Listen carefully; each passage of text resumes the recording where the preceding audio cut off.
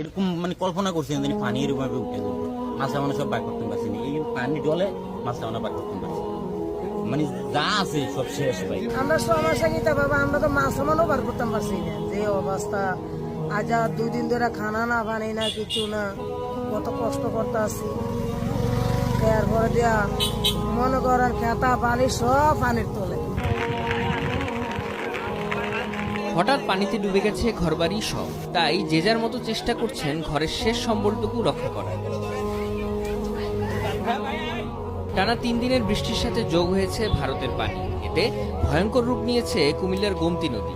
গোমতী ছাড়াও কাকরি, পাগলি ও সালদা নদী দিয়ে ভারত থেকে পানি আসা অব্যাহত থাকায় তৈরি হয়েছে এমন পরিস্থিতি। অনেক বন্যার কারণে ভাই আমাদের কুমিল্লা চাঁদপুর উত্তরপাড়া ভাই ব্রিজ সংলগ্ন ভাই অনেক বিশ্রী অবস্থা ভাই, পানি হয়ে গেছে ভাই। সবাই দোয়া করবেন ভাই কুমিল্লাবাসীর জন্য ভাই। আমরা কুমিল্লা শহরও একটু পানি ঢুকে গেছে।